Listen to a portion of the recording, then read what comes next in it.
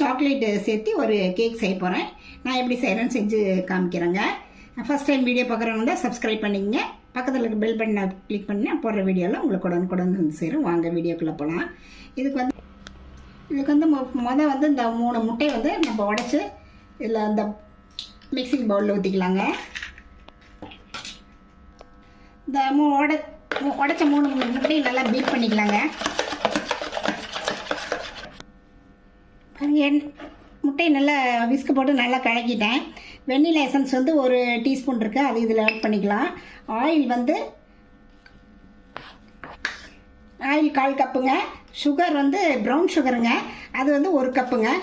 இதெல்லாம் சேர்த்து ஒன்றா மறுபடியும் பீட் பண்ணிக்கலாம். இதெல்லாம் நல்லா கலந்து கொடுத்தாச்சுங்க. இந்த சத்து மாவு இருக்குது பாருங்கள், அது இதில் ஆட் பண்ணிக்கலாம். ஜலிச்சுக்கலாங்க, அப்போ தான் நைஸாக இருக்கும். கோதுமை மாவு வந்து 1/2 கப்புங்க. அது இல்லாமல் கொக்கோ பவுடர் வந்து 1/4 கப்புங்க. பேக்கிங் சோடா வந்து 1/2 டீஸ்பூனு. பேக்கிங் பவுடர் வந்து 1 டீஸ்பூன். இதையும் போட்டு நம்ம ஜலிச்சுக்கலாம். இதெல்லாம் போட்டு ஒன்றா மிக்ஸ் பண்ணிக்கலாங்க. உங்களுக்கு ரொம்ப முடியலைன்னா கூட நம்ம மிக்சியில் போட்டு அப்படியே எல்லாத்தையும் ஒன்றா ஆட் பண்ணி நம்ம மிக்சியில் ஓட்டிக்கலாம். ரொம்ப கெட்டியாகிற மாதிரி இருந்ததுன்னா கொஞ்சம் பால் ஆட் பண்ணிக்கலாம். இப்போ கலந்து கொடுக்கலாங்க. பாருங்க, ரொம்ப கெட்டியாக இருக்கிறதுனால பால் கொஞ்சம் ஆட் பண்ணிக்கலாம்.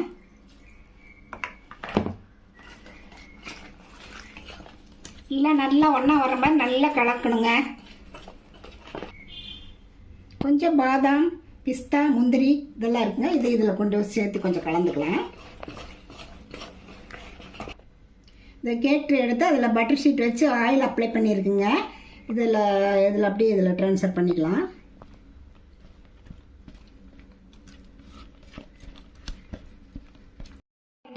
இதில் கலந்து கொட்டியாச்சுங்க. நம்ம வந்து இந்த அப்படியே டேப் பண்ணிக்கலாங்க. டேப் பண்ணிவிட்டு நல்லா ஏர் பபிள்ஸ்லாம் இல்லாத மாதிரி இந்த மாதிரி ஒரு இதில் டூத்பிக்கில் அப்படியே கிளறி விட்டுடலாம். பாதாம், முந்திரி, பிஸ்தா, சாக்கோ சிப்ஸ் இதெல்லாம் அப்படியே பொடிச்சு வச்சுருக்குங்க. இதெல்லாம் கலந்து நம்ம இதுலேயே அப்படியே ஆட் பண்ணிக்கலாம். இதெல்லாம் இதில் அப்படியே மேலே ஸ்ப்ரெட் பண்ணி விட்டுலாங்க.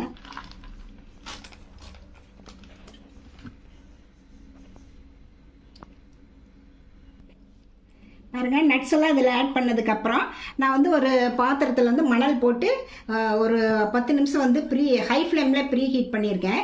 நம்ம மீடியம் ஃப்ளேமில் வச்சு ஒரு 30லேருந்து 40 நிமிஷம் வச்சுக்கலாங்க.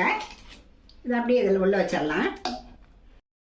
பாருங்க, வெளில எடுத்தாச்சு. எப்படி இருக்குன்னு மெத்துன்னு எப்படி இருக்குது பாருங்கள். இது மாதிரி நீங்களும் குழந்தைங்களுக்கு செஞ்சு கொடுங்க. நட்ஸ் எல்லாம் போட்டு கொடுக்குறோம். வெளியிலலாம் காசு கொடுத்து அதிகமாக வாங்குறதுக்கு நம்ம இந்த மாதிரி வீட்லேயே குழந்தைங்களுக்கு செஞ்சு கொடுத்தா அவங்களும் நல்லா விரும்பி சாப்பிடுவாங்க. இந்த வீடியோ உங்களுக்கு பிடிச்சிருந்தா நீங்கள் ரதியா சமையலை சப்ஸ்கிரைப் பண்ணுங்கள், லைக் பண்ணுங்கள், ஷேர் பண்ணுங்கள். அடுத்த வீடியோவில் வேறு ரெசிபியோடு சந்திக்கிறேன். வணக்கங்க.